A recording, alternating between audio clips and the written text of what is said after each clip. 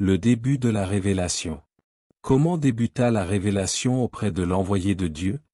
De ces paroles de Dieu, nous t'avons envoyé la révélation, de même que nous l'avions envoyé à Noé et aux prophètes venus après lui.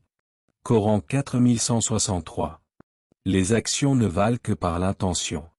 Selon Alqama ben Waka el-Laïti, alors qu'il était sur le minbar, Omar ben el-Khattab prononça les paroles suivantes: « J'ai entendu l'envoyé de Dieu dire, les actions ne valent que selon les intentions. Pour chaque homme, les intentions sont déterminantes. Ainsi, celui qui émigrera pour les biens de ce monde ou pour chercher une épouse, ne sera rétribué que pour l'objectif qu'il s'était fixé. » Comment se manifeste la révélation? Selon Aïcha, la mère des croyants, Harid ben Hisham demanda au prophète: « Ô envoyé de Dieu, comment se manifeste à toi la révélation? » Parfois, répondit celui-ci, je ressens comme le timbre d'une clochette et c'est le plus éprouvant pour moi. Puis quand l'épreuve se termine, alors seulement je comprends le sens du message. En d'autres occasions, l'ange prend une apparence humaine et je retiens les paroles qu'il me communique. Et Aïcha d'ajouter, certains jours de grand froid, le prophète recevait la révélation, et à la fin, je voyais son front ruisseler de sueur. Du commencement de la révélation. Aïcha la mère des croyants a dit, au début, la révélation commença par des visions pieuses chez le prophète durant son sommeil, et qui étaient comme une lueur semblable à la clarté de l'aurore. Puis, le prophète se mit à affectionner la retraite et il se retira dans la grotte de Hira, où il entreprit de pratiquer des actes d'adoration pendant plusieurs nuits de suite, sans rejoindre son domicile. Il s'était pourvu d'aliments et lorsque ses provisions étaient épuisées, il retournait vers Khadidja et prenait le nécessaire pour une nouvelle retraite. Cette situation se prolongea jusqu'au jour où la vérité lui fut révélée dans cette caverne de Hira. L'ange, Djibril Gabriel, le visita et lui dit, « Ikra. Lis. Récite. » « Oh, je ne suis pas de ceux qui savent lire, » répondit le prophète.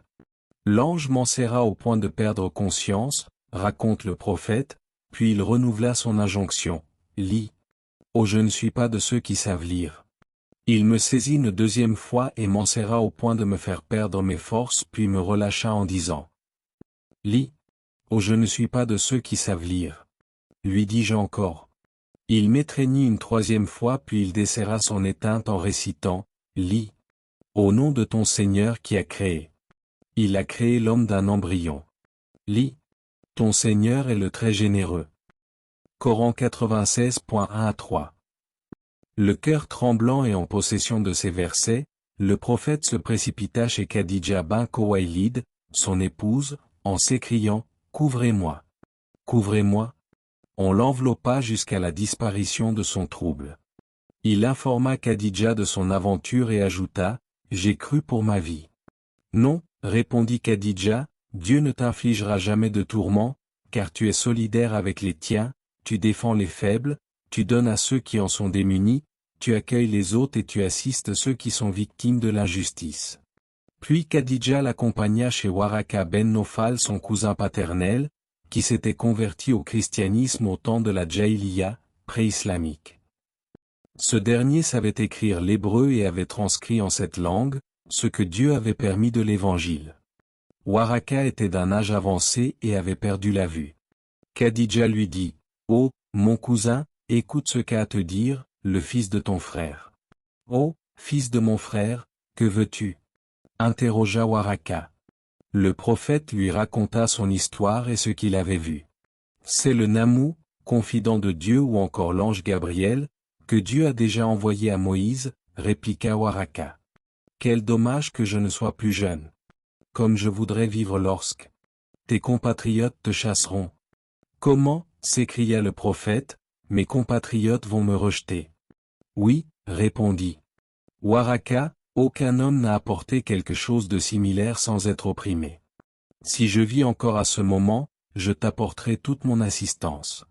Quelque temps après Waraka mourut et la révélation fut suspendue. De la suspension et de la reprise de la révélation. Au sujet de la suspension de la révélation, qui dura 3 ans, Jabir ben Abdallah el-Ansari, parlant de la tradition, rapporte les propos suivants du prophète. Pendant que je marchais, j'entendis une voix retentir du ciel. Je levai les yeux et aperçus l'ange que j'avais vu à Hira. Il était assis sur un trône suspendu entre ciel et terre. Je fus saisi d'effroi à cette vision et rentré chez moi en criant, « Couvrez-moi!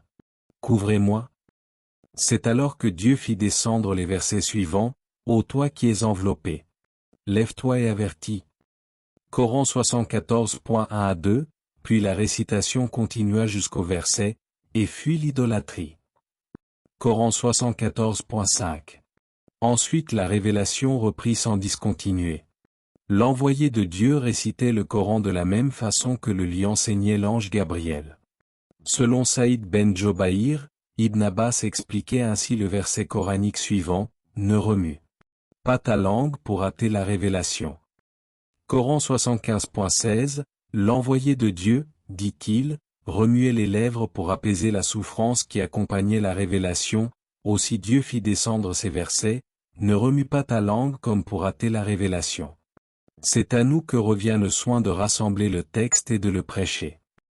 Coran 75.16 à 17.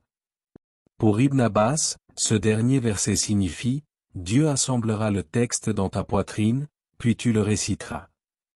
Quant au verset, suis sa récitation lorsque nous le récitons.